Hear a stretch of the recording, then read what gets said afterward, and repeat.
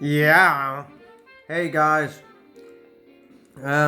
Told you if you watched my last video, I was gonna review some books because basically I've got nothing to do, and obviously if you watched my last video, it's my 4th day sober without weed, and yeah, I'm feeling a lot better today.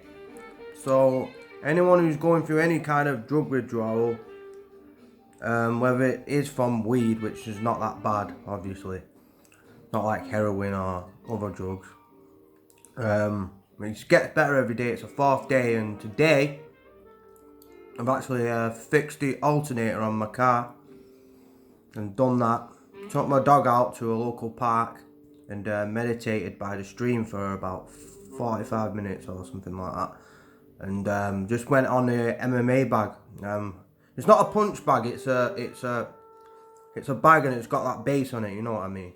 Got that base at the end of it, so you can kick it, elbow it, like jab it, and do whatever. So I've done that. And it's afternoon time now. Just had my lunch. Yeah, I wanted to review some books. Just to keep myself busy, basically. 'Cause it's good to keep yourself busy and stay present. And that's how I stay present a lot, by keeping myself busy and getting outside a lot. Because I need a lot of exercise. I like, if you've heard Tyson Fury say it, he gets very depressed if he doesn't have exercise. Same with me. I need to exercise. I need to be doing something. So what book I'm gonna review today is the Iceman. It's a very long book. If you're reading it, it's about over 1,000 pages long. If you listen to it, it's like over 20 hours long. Plus, it's got all them free interviews from what you see if you've seen it on YouTube. Is free massive interviews that have got massive attention. That at the end of the audio book. I've read and listened to the audio book. If all of it was true, I'd say it's the best mob hitman book of all time. And especially Philip Carlo is one of the greatest authors of all time when it comes to that category of serial killers and mobsters and stuff like that. So I'll get into it. Obviously, I'll highlight it, so it's not going to be too long. Highlight the points that are necessary. Then at the end, obviously, I'm gonna tell what's in the book, basically what they say in the book, highlight what they say in the book. Obviously, at the end, I'm gonna go on and highlight the things that I believe ain't true, but what I believe he's like bullshitting about. So let's get started. He grew up in New Jersey. I think in the projects in New Jersey. It's a part of New York. His dad was a fucking twat. I mean, his dad was really a vicious, no good bastard. He's one of them dads who just comes home drunk and beats the shit out of you. And his mum was depressed and just a hopeless lady, really, who didn't have much say in anything, but she didn't help matters at all, from what I read. And his dad actually beat his brother to death, Richard Kuklinski's brother, to death in front of him. Now that's gonna scar you up a bit. Your dad's beating the fucking shit out of Kuklinski. He'd nearly killed Kuklinski in a couple of beatings at home. Because the beatings were severe. They weren't just like normal discipline type beatings. These were cruel, horrible beatings that is out of order. You should never do that to a kid.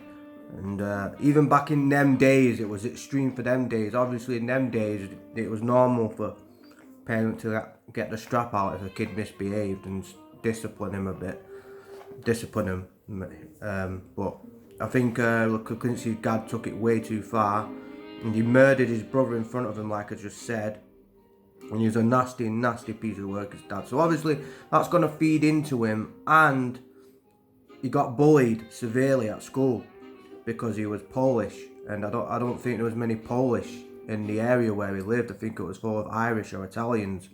So he got bullied severely. So he's suffering a lot throughout his childhood. He's gonna twist his fucking head up a lot. So when he gets bigger, like 16 or something, he gets bigger, starts growing muscles and stuff like that.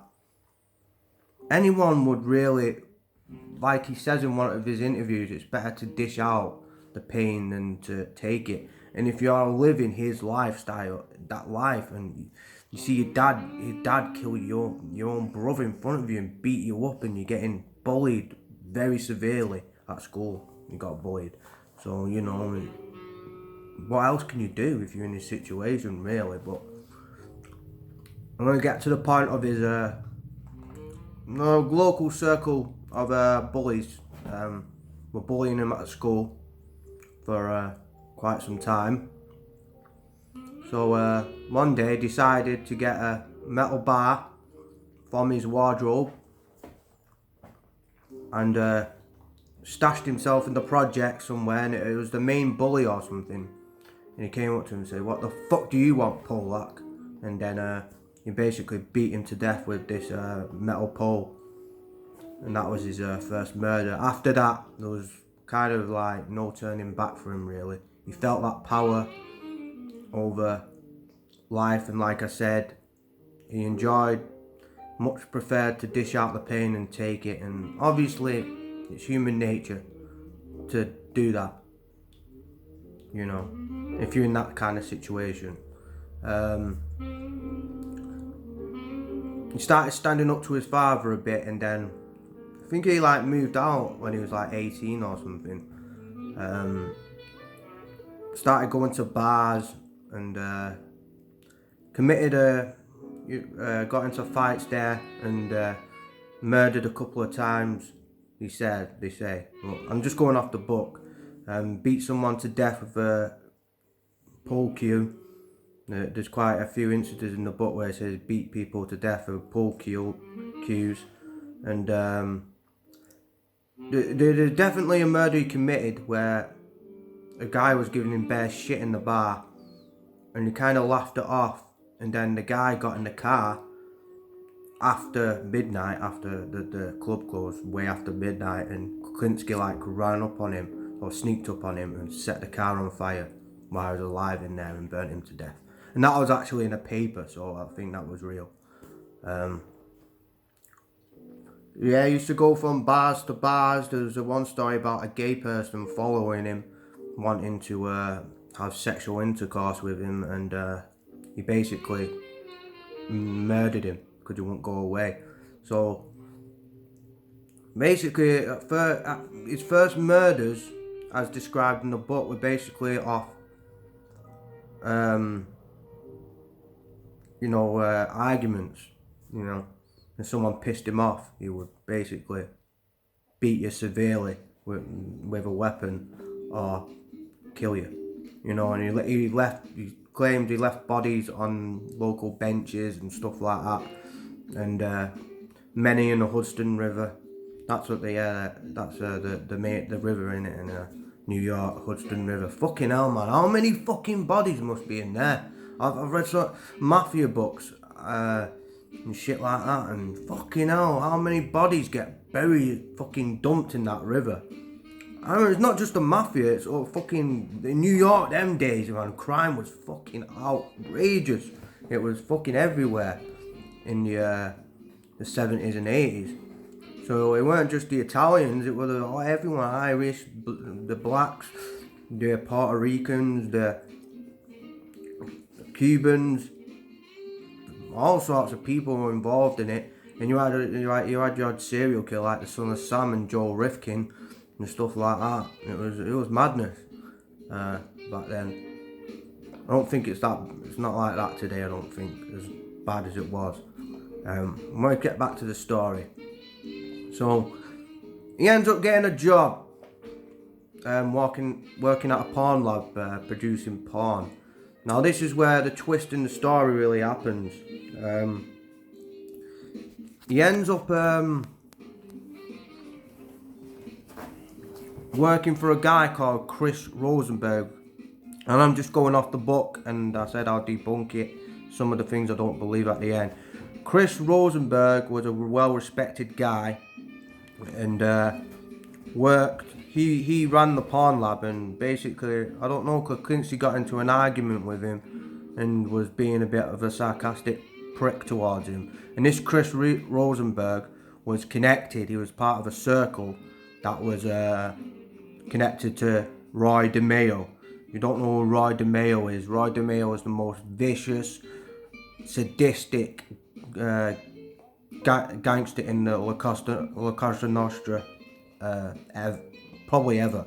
I mean, his circle of killers, what they did in the Gemini Lounge, that was the club where they gutted up bodies just for fucking fun.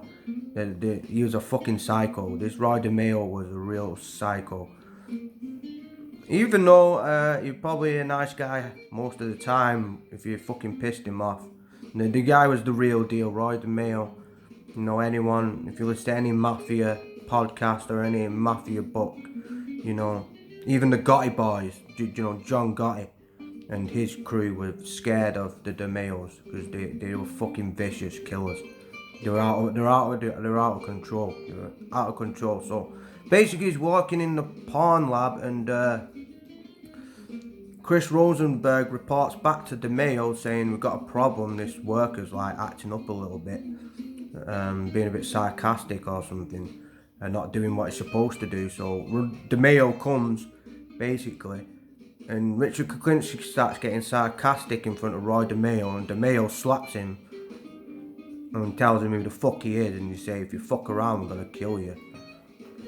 And basically, after that, Kuklinski gets mad and he has this grudge against Roy DeMeo.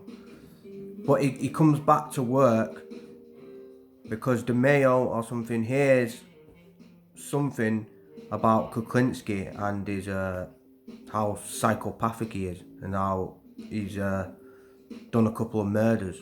So basically, DeMeo, what it says in the book, uses Richard Kuklinski for off-the-record murders. In the mafia, I've read and watched that a made man doesn't. If you're a made man in the mafia, you don't get paid to kill anybody.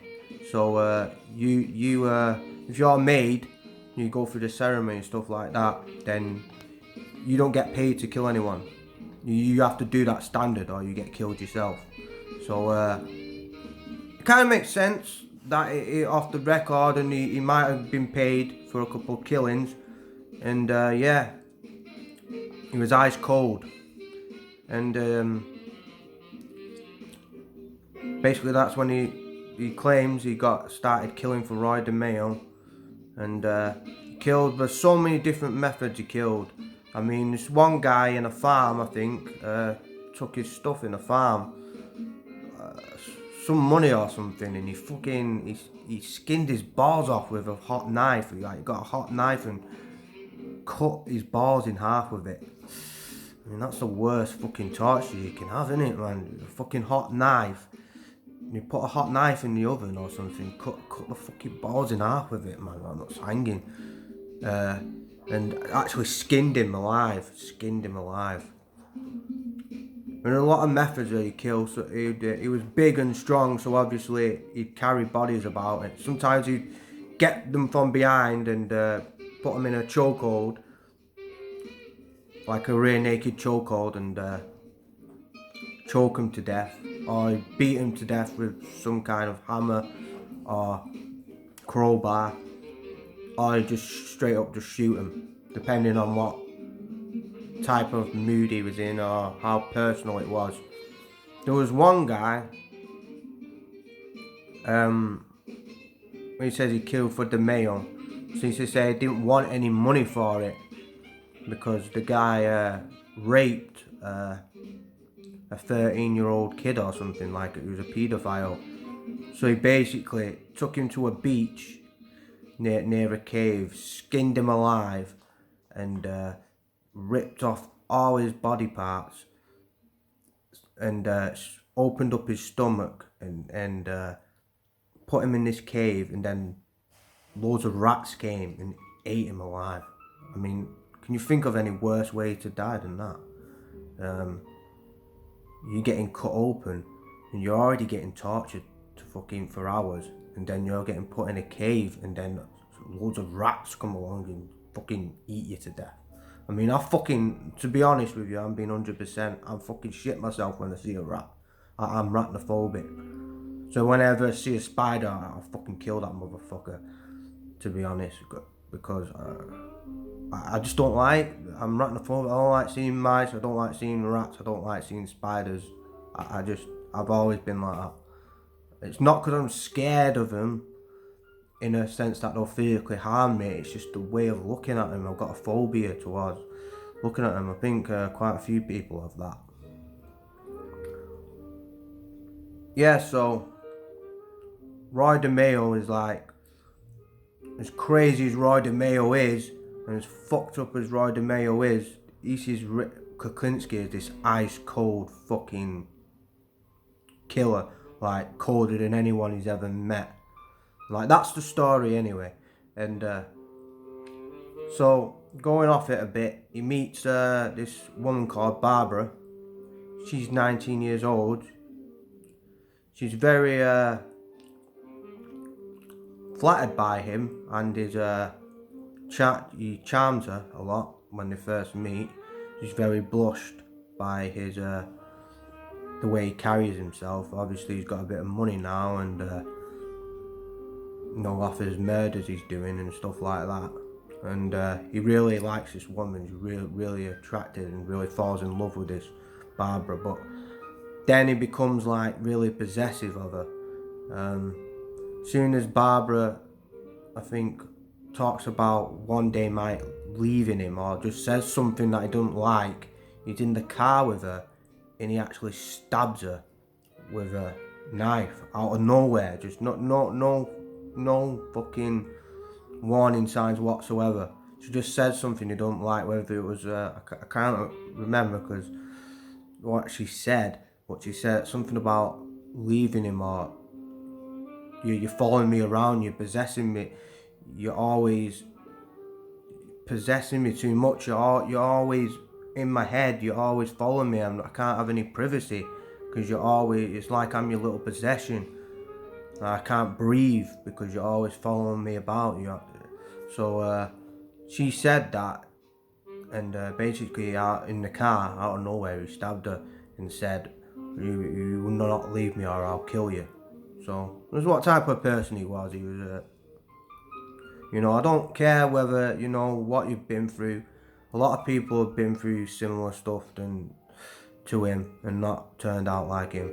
They get over it, So he was a vicious psychopath. He weren't right in his fucking dome. That's all I can say. I mean, we're all not right in our dome some way, but he was a psycho. He was not a very, very hanging person. So was his brother. His brother, in part of the book, I think I'm getting about halfway through the book now, rapes this young girl and throws her off a building, basically, with her dog. And that's just sick. That is just sick behaviour. That's going, even Richard Kuklinski thinks it's fucking sick what his brother did, and didn't want anything to do with his brother after that. Even him, as ice cold as he was, he has got standards. Like, he says that he wouldn't kill a woman or a child. He only killed for business. And when he killed, it was either because someone pissed him off or strictly for money to support his family. So he weren't like a serial killer type of person. He weren't like a twisted killer, like say Jeffrey Dahmer or Bundy or something like that. Yeah, so he didn't talk to his brother, Like, he got his brother out of a lot of shit, because his brother used to get into shit. Like, he'd drive down to Miami once, and it got into a shootout, he said, with a couple of wise guys down in Miami, and for his brother. And then what his brother did with raping that young girl and throwing her off a 4-story building with her dog is just taking it a bit too far. So he didn't talk to his brother after that.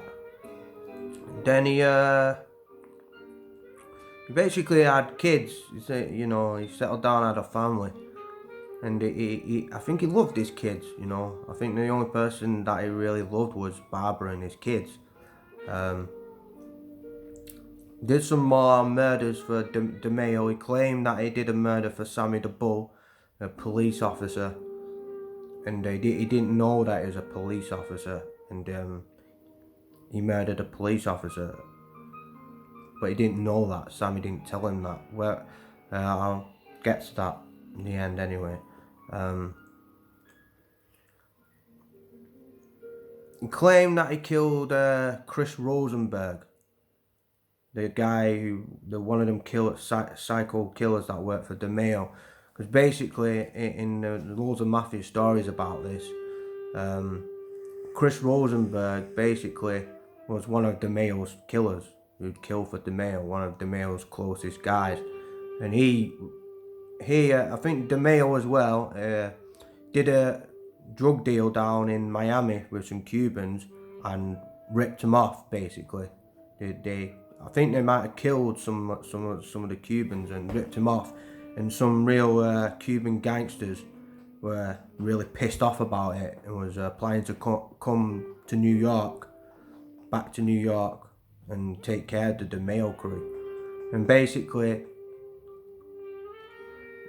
Paul Castellano, I think at the time, the Gambino family didn't want this type of shit going on, so they weren't going to help DeMeo or anything. So DeMeo had to give him up his best friend, Chris Rosenberg. So basically, DeMeo says he was there. I mean, Kuklinski said he was there when DeMeo killed Rosenberg, because there was a fucking war, and the Cubans actually came up to New York, and there was loads of shootouts in New York, and there was one incident where DeMeo was in a big fucking car chase, and DeMeo shot a teenage kid who was a lawnmower and drove after this Cuban guy and went in a big shootout. That's true, that story. Richard Klinski claimed he did that. He claimed that he killed that Bonanno crime boss who wanted to take over the whole commission. He was sitting in a bar one day, and basically Kuklinski came in. He said he was reading the newspaper like people do when they surveil people. If you're under surveillance, usually people like read the newspaper and shit like that. It's a little trick that people do. They'll read the newspaper and then look at you with one eye, back in the day. And so he claims he was there and followed, I can't remember his name, Galante or something.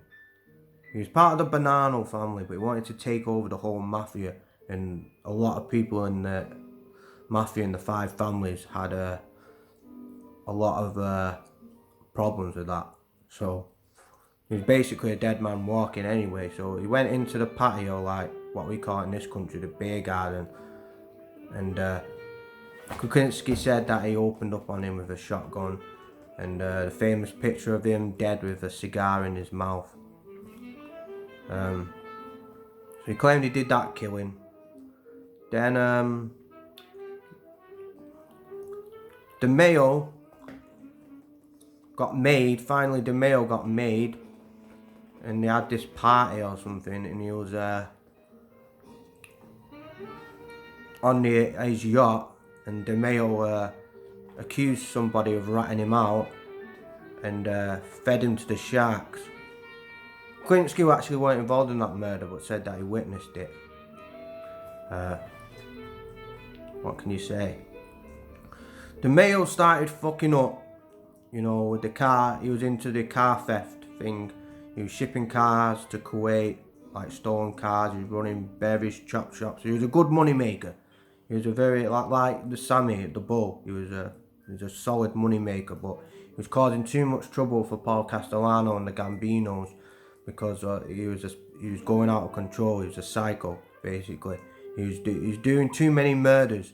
Like DeMeo was just killing too many people and bringing heat back on to the Gambino family. So what Rich Kuklinski says is, DeMeo says I'm a dead man and everything, and he's riding in the car with him. I'm a dead man.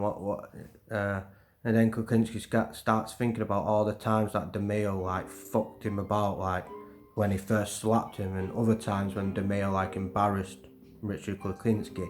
And Kuklinski says that he killed him, basically. He was sat on a park bench and he killed him and put him in the boot, and that DeMeo obviously got found in a garage somewhere, I think in New York. And yeah, that's Richard Kuklinski's story. Now, back to the family bit. His kids, he loved his kids, but he continued all the time. He was always in a bad mood when he came back to the house. And Barbara left him a lot of times, but he actually found Barbara. And Barbara's dad wanted Barbara to stay away from this madman, Richard Kuklinski. Barbara's dad weren't no joke. He was like ex-military, but Kuklinski was a fucking psycho and would just kill you. And just, he's the last person, according to this book, he'd be the last person you'd ever want to fuck around with. So Kuklinski said, I'm having Barbara, I don't care, I love her, I'll treat her right. If you want to go to war with me, there's only going to be one winner, and it ain't going to be you. It's going to be me. You don't know what I'm fucking capable of. So basically, that was that. So he basically possessed Barbara. I mean, beat her up in front of the kids. Just domestic violence all the time. He was just always angry.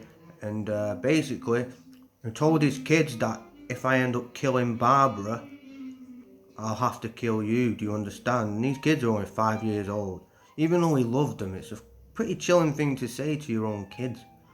And that you'd have to kill him if he killed Barbara in a fit of rage. So that is just twisted in itself. Yeah.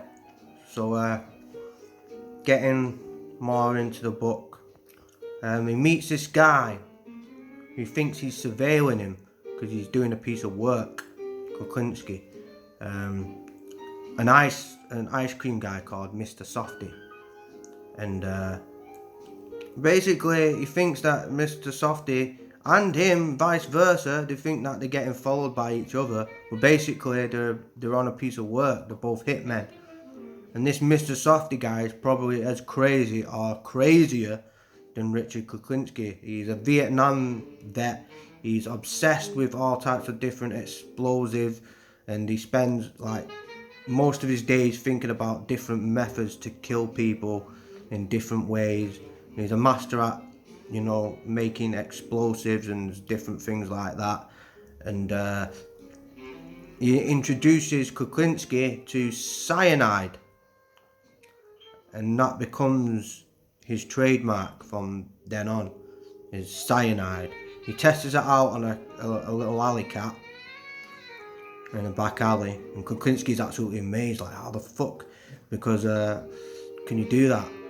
And Mr. Softy shows him that basically if they find a dead body, they won't know it's a murder. They'll think it's just an overdose because the cyanide doesn't stay in the system or something like that. So there's no trace of any cyanide, trace of any foul play. So you could kill somebody with cyanide and there'll be no evidence because there's no trace. They'll just say they died from just natural causes like an heart attack or something. So Kuklinski was amazed with this Mr. Softy. He was like, this guy's on my level. So he came like the tag team from hell, and Mr. Softy showed him various ways, new ways of killing people, without getting undetected. So he became a bit more methodical, a bit more organised in the way he killed people, a bit more premeditated in the way he did it after meeting Mr. Softy. So he started killing people with cyanide, and Mr. Softy showed him ways of how to keep the bodies frozen. So that's how they called him the Iceman, because you keep the bodies in a storage facility and freeze them. And some of them were there for like 2-3 years, just frozen, basically.